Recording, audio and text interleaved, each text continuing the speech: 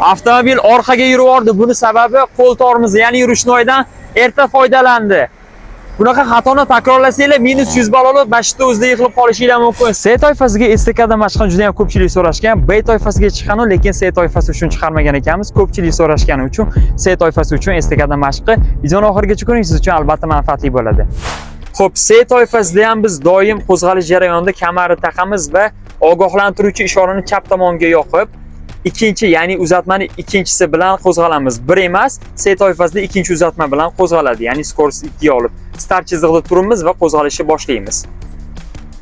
Keyin start chizig'idan orqa balonimiz o'tgandan keyin ogohlantiruvchi ishorani albatta o'chirishimiz kerak bo'ladi. Buning uchun chap bokovoyda bemalol ko'rsangiz bo'ladi. O'tgandan keyin ogohlantiruvchi ishorani o'chirib, demak stop chizig'iga yetib kelamiz. Stop chizig'ida ideal to'xtash uchun torpeda shuni yopsa, mana torpedamiz yopdi. Oq chizig'i yopgandan keyin to'xtasangiz ideal to'xtagan hisoblanasiz. STKda mashqida ham xuddi shunaqa, stop chizig'ida 1 metr oralig'ida to'xtash uchun mana chiqib boryapmiz. Chiqib kelayotgan paytda torpeda shuni yopganda birinchi bo'lib muftani bosib, keyin tormozni ikkalasini birdaniga bosib olamiz va qo'l tormozni tortib olamiz va neytral holatga olib olamiz uzatmani.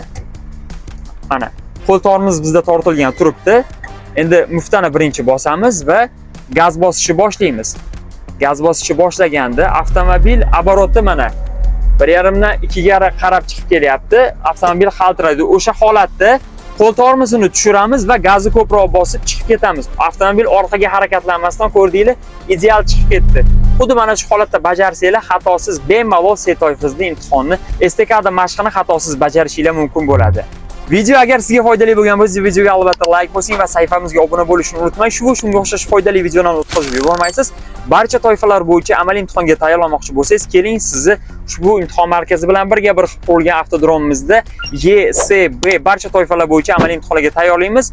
Parvoz har doim natija bilan gapiradi. Batafsil ma'lumot olish uchun quyidagi telefon raqamlariga bemalol bog'lanishingiz mumkin.